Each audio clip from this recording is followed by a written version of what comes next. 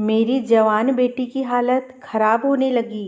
वो कुछ बोलती नहीं थी और रात को जल्दी ही कमरे में घुसकर दरवाज़ा अंदर से बंद कर लेती थी। बेटी को पूछती तो वो कुछ बताती।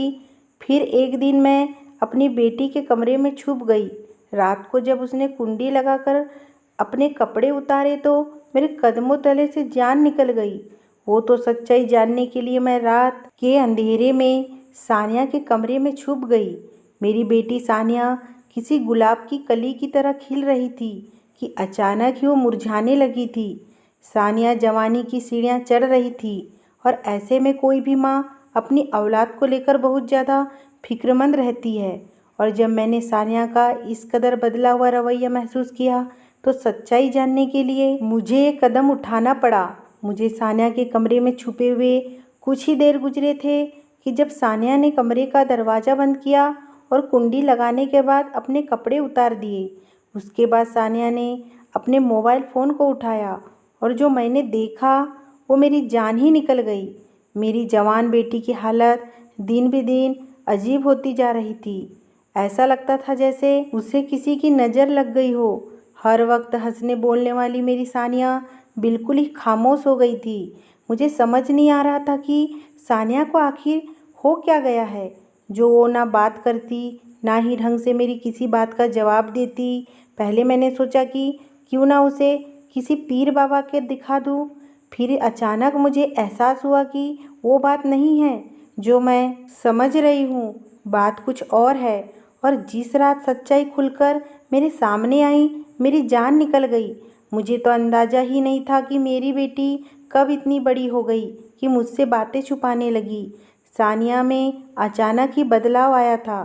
सानिया रात को जल्दी अपने कमरे में सोने के लिए चली जाती और खुद को बंद कर लेती, जबकि पहले वह कमरे का दरवाज़ा थोड़ा सा खोलकर ही सो जाया करती थी। हमारे घर में मेरे और उसके अलावा था ही कौन। हाँ, कुछ दिन पहले मैंने ऊपर वाली मंजिल के कमरे में एक किराएदार को रखा था क्योंकि हमारा गुजर बसर बिल्कुल से हो रहा था। वो एक बहुत अच्छा और नेक लड़का था। उसका आना जाना भी हमारे ही दरवाजे से था क्योंकि घर में एक ही रास्ता था। लेकिन मुझे बहुत अच्छा लगा, इसलिए मुझे कभी उससे कोई परेशानी नहीं हुई। वो मुझे खाला कहता था और सानिया को अपनी छोटी बहन मानता था। लेकिन पिछले कुछ दिनों से सानिया को लेकर मैं बहुत ज़्यादा परेशान हो चुकी थी। वो इस कदर खामोश हो गई थी कि मुझे समझ नहीं आता था कि उसे क्या हो गया है। पहले तो मैं जैसे ही फैक्ट्री से आती वो मेरे आगे बैठकर अपने दिन भर की दास्तां सुनाती। मेरे पीछे घर में एक पत्ता भी हिलता तो सानिया मुझे उसकी खबर ज़रूर देती। उसकी कोई सहेली नहीं थी, उसके लिए जो कुछ भी वो मैं उसकी माँ थी। लेकिन अब मैं जब भी घर आती तो सानिया का रवैया कुछ अलग सा लगता और खाना खाने के बाद वो जल्दी अपने कमरे में जाकर दरवाज़ा बंद करके सो जाती। उसके चेहरे पर मुझे अजीब सा खौफ महसूस होने लगा था। सानिया के पापा के इस दुनिया से चले जाने के बाद मैंने सानिया को अपने पलकों पर बिठा कर रखा था और उसे कभी किसी चीज़ की कमी नहीं होने दी थी। मैंने उसकी हर ख्वाहिश को उसके मुंह से निकलते ही पूरा किया था।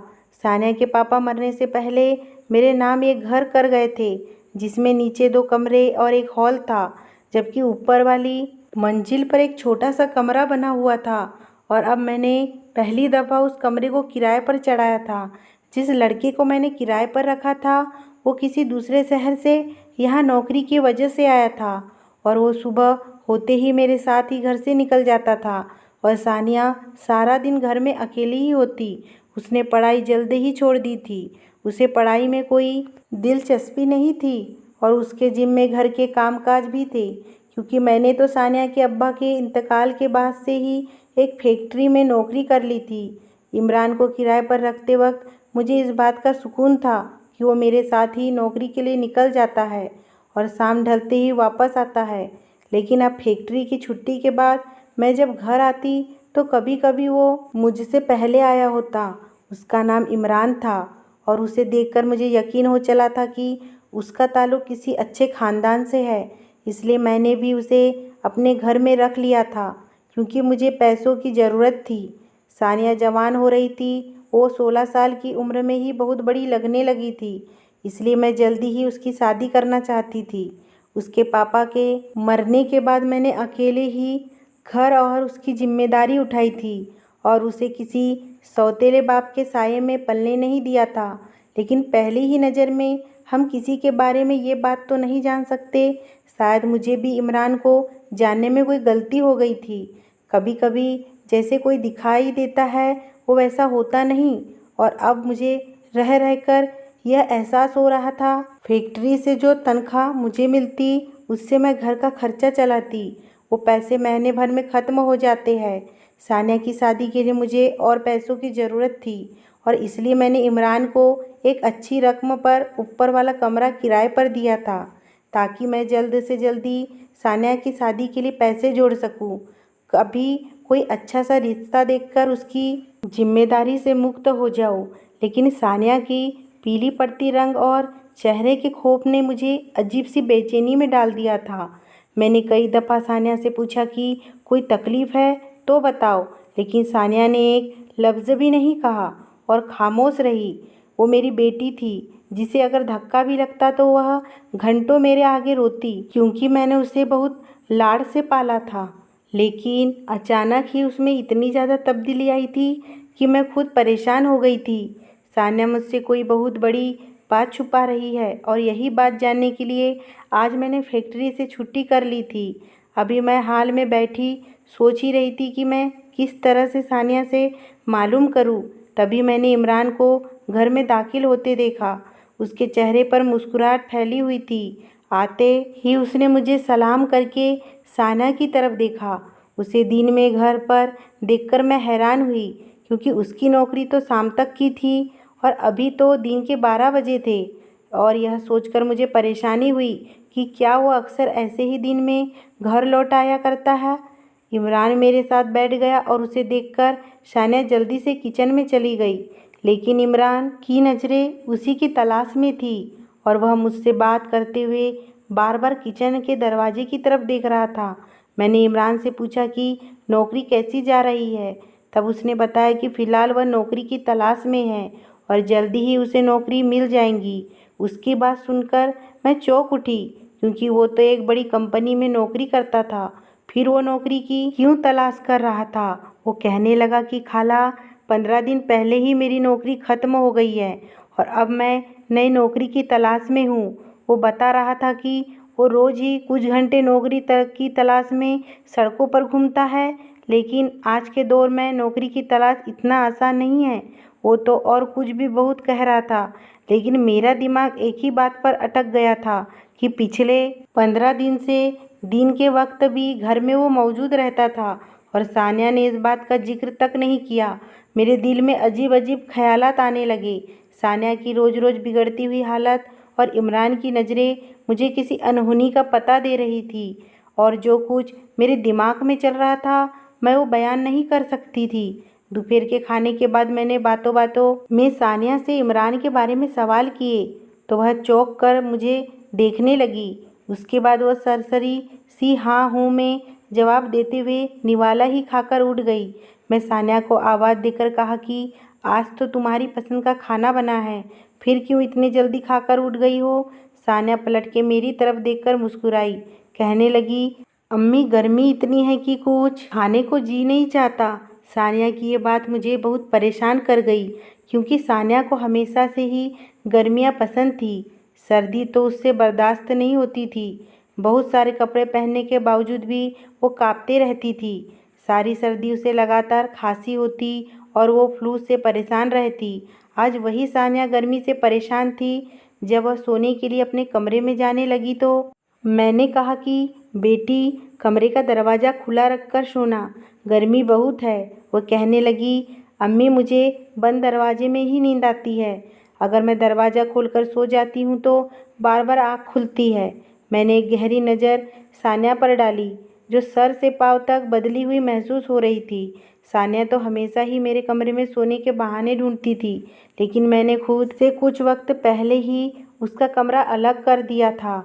मुझे ये फिक्र सताती कि एक न एक दिन सानिया को रुखसत होकर जाना है और अगर वो मेरी इतने करीब रहेंगी तो मेरे लिए उसे रुखसत करना बहुत मुश्किल होगा, क्योंकि इतनी बड़ी दुनिया में मेरा सानिया के अलावा कोई नहीं था और उसके जाने के बाद मैं बिल्कुल तन्हा हो जाती। मेरी बेटी जवान हो रही थी और जवान बेटियों की माएँ अक्सर ही फ़िक्रमंद रहती है और कुछ ऐसा ही हाल मेरा भी था। ना जाने क्यों सुबह से मुझे इमरान का वजूद खटक रहा था।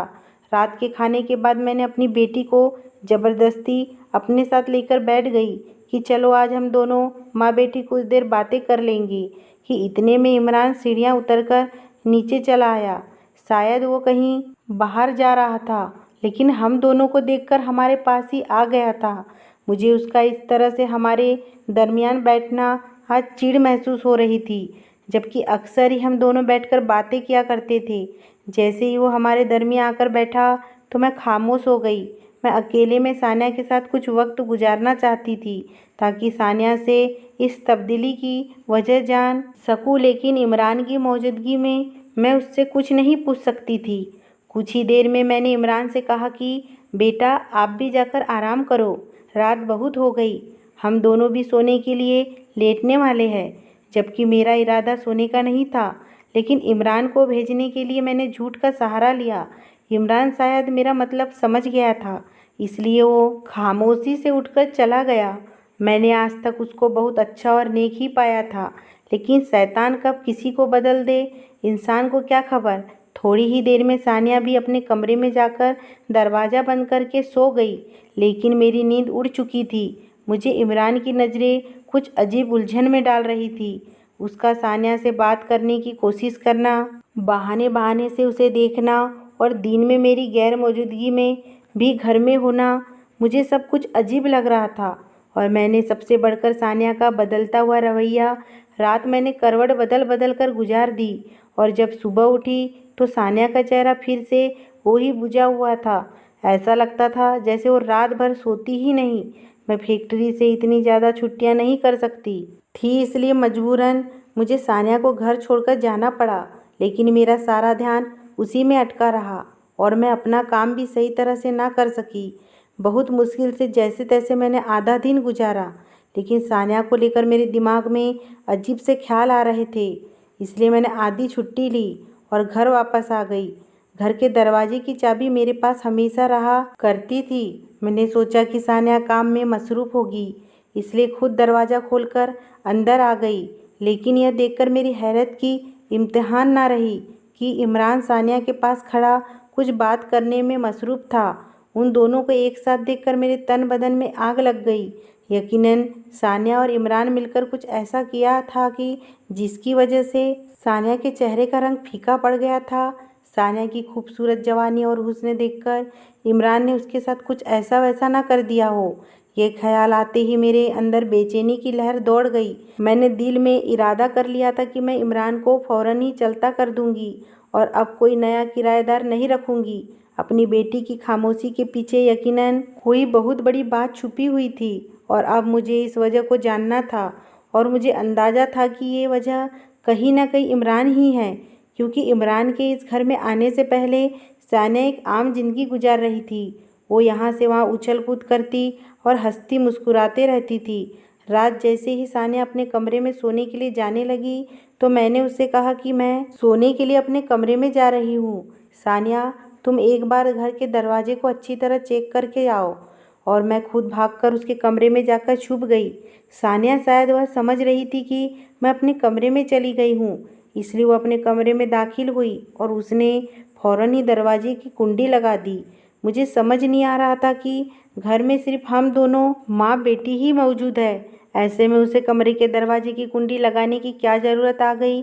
उसके बाद जैसे ही उसने कपड़े उतारे तो मेरी जान निकल गई, क्योंकि ना जाने सानिया कपड़े क्यों उतार रही थी। कहीं इमरान कमरे में तो नहीं है। मुझे लग रहा था कि मेरी जवान बेटी किसी गलत चक्कर में पड़ गई और मेरी गैर मौजूदगी में उसने कुछ ऐसा कर दिया है जिससे मुझे शर्मिंदगी का सामना करना पड़ा।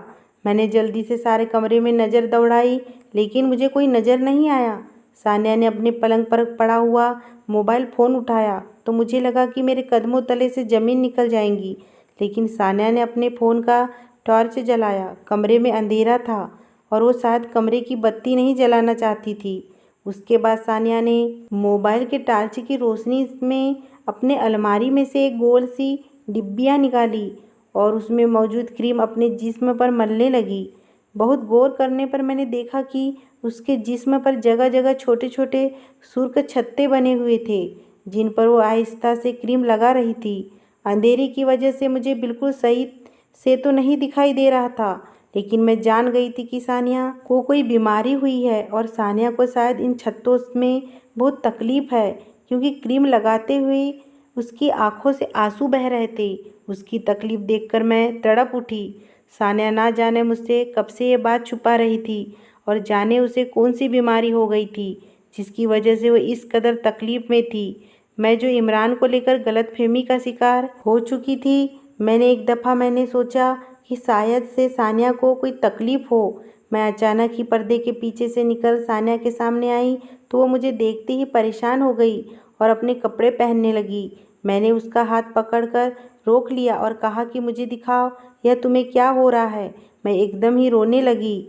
वो कहने लगी, अम्मी, मैं आपको ये बात बताना नहीं चाहती थी, लेकिन कुछ दिनों से मैं इस बीमारी से परेशान हूँ। मेरे पूरे जिस्म में कोई तकलीफ़ है और जगह जगह सुर्ख रंग के छत्ते बन गए हैं। पहले मैंने सोचा था कि बाद में आपको बता दूँ, लेकिन फिर मुझे समझ आया कि आप मेरी बीमारी को लेकर बहुत ज़्यादा परेशान हो जाएंगी, तो हमारे पास इतने पैसे भी नहीं कि हम किसी अच्छे डॉक्टर को दिखा सकते हैं। मैं आपको परेशान नहीं करना चाहती थी, इसलिए मैंने आपसे ये बात छुपाई।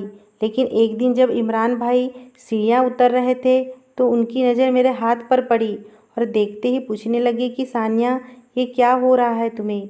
मजबूरन मैंने उन्हें सब बता दिया कि मुझे इस तरह की कोई बीमारी हो रही है, लेकिन मैंने ये बात अम्मी को नहीं बताई है। तो वो कहने लगे कि मेरी अम्मा को भी ये बीमारी हो जाती है और कोई ऐसी बड़ी बात नहीं है। मैं तुम्हें इसकी दवा ला देता हूँ, तुम्हें 1 महीने के अंदर अंदर आराम आ जाएगा। आप सारा दिन फैक्ट्री में काम करती है और मैं ये नहीं चाहती थी कि आप मेरे ही बारे में सोचती रहे और परेशान रहे, इसलिए मैंने ये बात आपसे छुपा ली। मैंने सारी सारी रात सो नहीं पाती हूँ और तकलीफ़ से जागती रहती हूँ।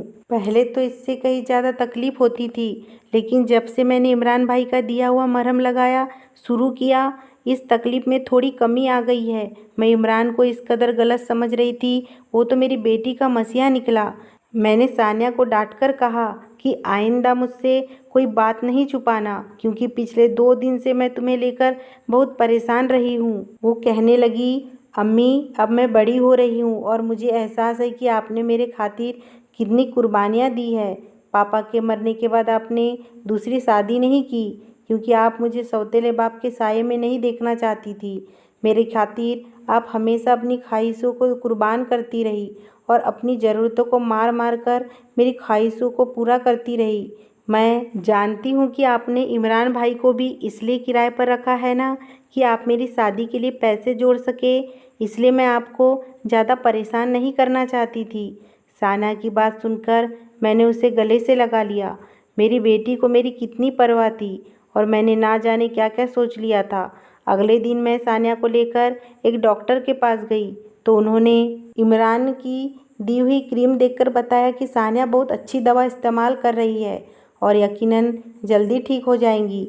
डॉक्टर ने कुछ खाने पीने वाली चीज़ भी बताई जिस पर सानिया को अमल करना था। जब हम डॉक्टर के पास से घर पहुँचे तो इमरान सीढ़ियाँ उतरकर कहीं बाहर जाने की तैयारी कर रहा था। मैंने उसे अपने पास बुलाया और शुक्रिया अदा किया तो कहने लगा, खाला, ये तो मेरा फ़र्ज़ था। सानिया मेरे लिए बिल्कुल मेरी छोटी बहन जैसी है और मैं उसे तकलीफ़ में नहीं देखना चाहता था, लेकिन सानिया ने यह बात आपको बताने के लिए मना किया था। मैंने उससे पूछा कि इमरान, तुम कहाँ जा रहे हो? तो वो कहने लगा कि खाला, मेरी एक बहुत अच्छी जगह नौकरी लग गई है और मैं मिठाई लेने जा रहा हूँ। ये सुनकर मुझे बहुत खुशी हुई और मैंने पूरे दिल से इमरान को नौकरी मिलने पर मुबारकबाद दी। वो वाकई एक नेक और अच्छा लड़का था जिसने मेरी गैर मौजूदगी में मेरी बेटी के साथ भलाई की थी। वो सानिया को वाकई अपनी छोटी बहन की तरह मानता था और उसने भाई होने का फ़र्ज़ निभाया भी था।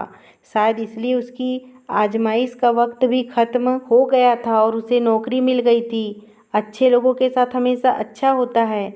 मैंने खुदा का लाख लाख शुक्र अदा किया कि मैंने अपनी बेटी या इमरान के साथ कोई ऐसी बात नहीं की थी कि जिसकी वजह से मुझे उन दोनों के आगे शर्मिंदगी का सामना करना पड़ता। 1 महीने के बाद ही सान्या की तकलीफ और बीमारी दोनों खत्म हो गई और वो फिर पहले की तरह घर में उछलती फिर रही थी और मैंने सुकून की सांस ली। माँ अपनी बेटियों को हंसता मुस्कुराता देखकर ही जीती है। सान्या को हंसता मुस्कुराता देख मुझे नई ज़िंदगी मिल गई थी। अगर ये स्टोरी पसंद आई हो दोस्तों तो प्लीज़ मेरे चैनल को सब्सक्राइब कीजिए, लाइक कीजिए, कमेंट कीजिए। प्लीज़ मुझे सपोर्ट कीजिए।